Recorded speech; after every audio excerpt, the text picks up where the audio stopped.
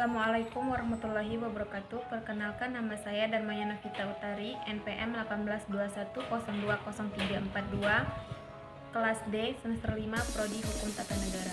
Baik, di sini saya akan menjelaskan sedikit pengertian tentang hukum perdata Islam di Indonesia.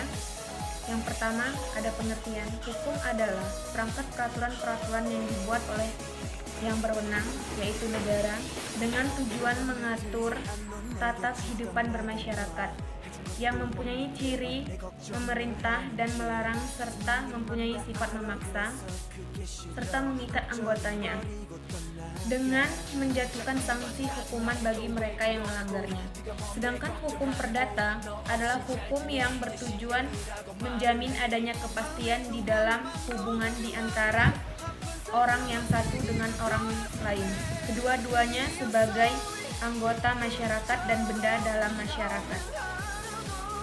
Yang kedua yaitu latar belakang ataupun teori. Yang pertama ada teori receptio in complexio, adalah memperlakukan hukum Islam secara penuh terhadap orang Islam karena mereka sudah memeluk Islam. Teori ini dimunculkan oleh Van den Berg.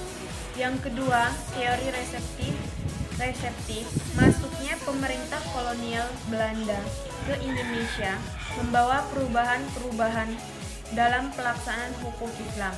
Meskipun secara formal hukum Islam tetap diberlakukan.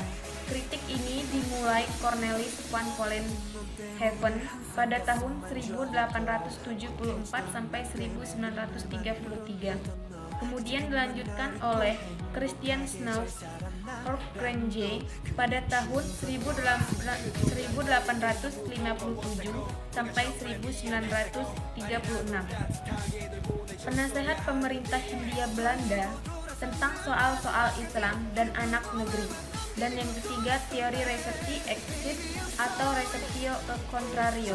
Teori ini mengatakan bahwa hukum adat baru berlaku kalau tidak bertentangan dengan Islam.